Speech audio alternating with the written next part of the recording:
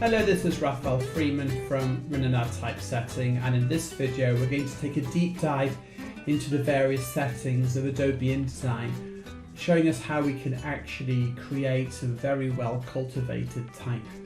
Now here I've taken some random text on the internet and set it in Adobe InDesign.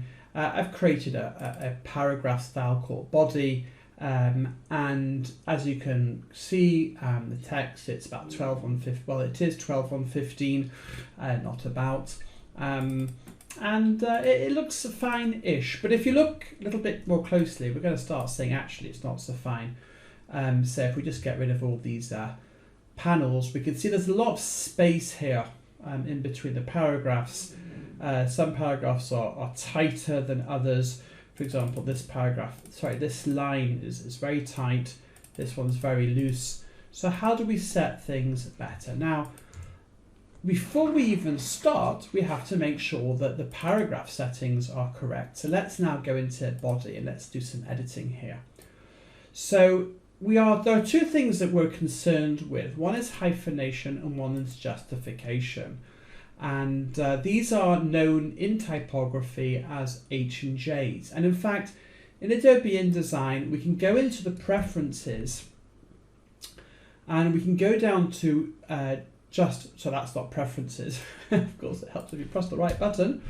We go into preferences, there you go, preferences, and we go into composition and we can actually turn on this very interesting preference. And what this will do is it will show us any time that we're not managing, that a paragraph isn't managing to be composed according to the settings set out in body. And when we switch this on, you will see lots of bright yellow. Okay, and the way that the yellow works is when it really is breaking the rules. For example, here it's a very bright yellow, and when it's not terrible, it's a lighter yellow, and there's different shades. I can see here 3 different shades. Now what we're going to try and do is we're going to try and get to no yellow at all. I don't know if it's possible, we'll find out. So our first job is to go into the body, again to the paragraph style, and the first place of course to check would be hyphenation. Now a lot of people, I've noticed, when I say a lot, I don't mean the majority, but I do come across a large minority of people seem to be allergic to hyphenation. I'm not entirely sure why, but hyphenation is absolutely critical if you want to have smooth text reading. If you don't have hyphenation, you're going to get these big spaces. Now, I want to take a step back and just say a couple of words about spaces. What's wrong with bad spaces? So I use the analogy quite a lot that typography is a little bit like driving. Now we don't want to be in stop and go traffic. We want the road to be smooth. We want the journey to be smooth. And by creating large spaces in between the words, we're slowing the reader down. And if we're doing that, then they're not going to read it very well. So if we turn hyphenation on, I'm going to turn it off, on, we're going to get a slightly better result here. It's much better for the person to read collecting than it is for the person to read get, conviction, friendship. Of course, it makes no sense because the sentence is random text, but you get the idea. So hyphenation is really critical in being able to create well-cultivated type. So we need to switch that on. But there's something else we need to switch on as well. And the truth is this is a default in Adobe InDesign, and I've purposely turned it off. The text you see here is how this would be set in a program like Microsoft Word. In other words, it's single line. What does that mean, single line? What happens is that when I've set the composer to be the Adobe single line composer, it sets these words, then it decides what to do with this word coming and says, right, I'm going to hyphenate it. Once it's hyphenated this word, it's ignoring this entire line, and then it's going on to the next line. The Adobe Paragraph Composer, and you'll watch it already improves things. Let's go back a second. okay, quite a lot of yellow. Little less yellow, the Adobe Paragraph Composer looks at the entire paragraph and it composes it as a whole. Now, what is the ramification of this? So in this particular paragraph, we had a light yellow and a medium yellow, but because it looked at it as a composer, the paragraph composer, now we have 3 light yellows because it can look ahead and see how can we set this text much better. So we've already, by simply using the Adobe Paragraph Composer and turning on hyphenation, we're already doing better. But we still got quite a lot of yellow. And the next thing we need to go into is to go into the justification settings. And we see here that the word spacing is 80%, 100%, 133. Now, what does that mean? It means it's going to try and get 100%, but it will decrease the spacing in between the words by up to 20% and increase by up to 33. Now, you can play with this, but typically this is going to be fine for a well-created font. Now, sometimes you find these cool, funky fonts on the internet, which are useful in certain situations, and there hasn't really been any work done in terms of setting these things up correctly, so you might have to adjust this. So you might have to adjust the desired spacing. But this is Adobe Arno, this is Arno Pro. This doesn't need to be any adjusting. But what I do want to do here is I want to make one little change, and I want to change the maximum letter spacing to 4%. Now, what does 4% mean? What is the letter spacing? This is a spacing in between the individual letters. Imagine that we take all these words and we place them on a rubber band, an elastic band, and we pull them. So when we pull them, both the word spacing and the letter spacing is going to increase, okay? So we're going to do 4%.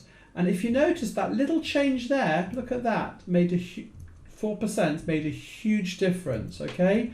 So here we've got a lot of yellow lines, all of a sudden we've got no yellow, we've got 5 yellow lines, which is pretty good. But the last bit is the glyph scaling. Now the glyph scaling is indeed the tentpole feature of Adobe InDesign. This is the reason why many people like myself over 20 years ago moved from QuarkXPress to Adobe InDesign. We're able to do something called glyph scaling. Now, I gave you the example of having all the words and the letters on a rubber band when I talked about letter spacing, but what I want you to now imagine is that when I pull the rubber band, the individual letters can actually stretch as well.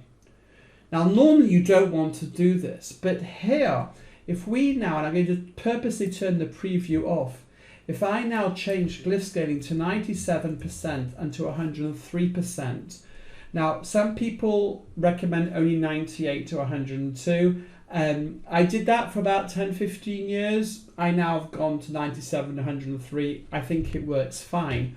97% of people won't notice. And the moment I do that and put the preview on, all of a sudden our text, very different. We only have now one line, which is light yellow, which is a big difference.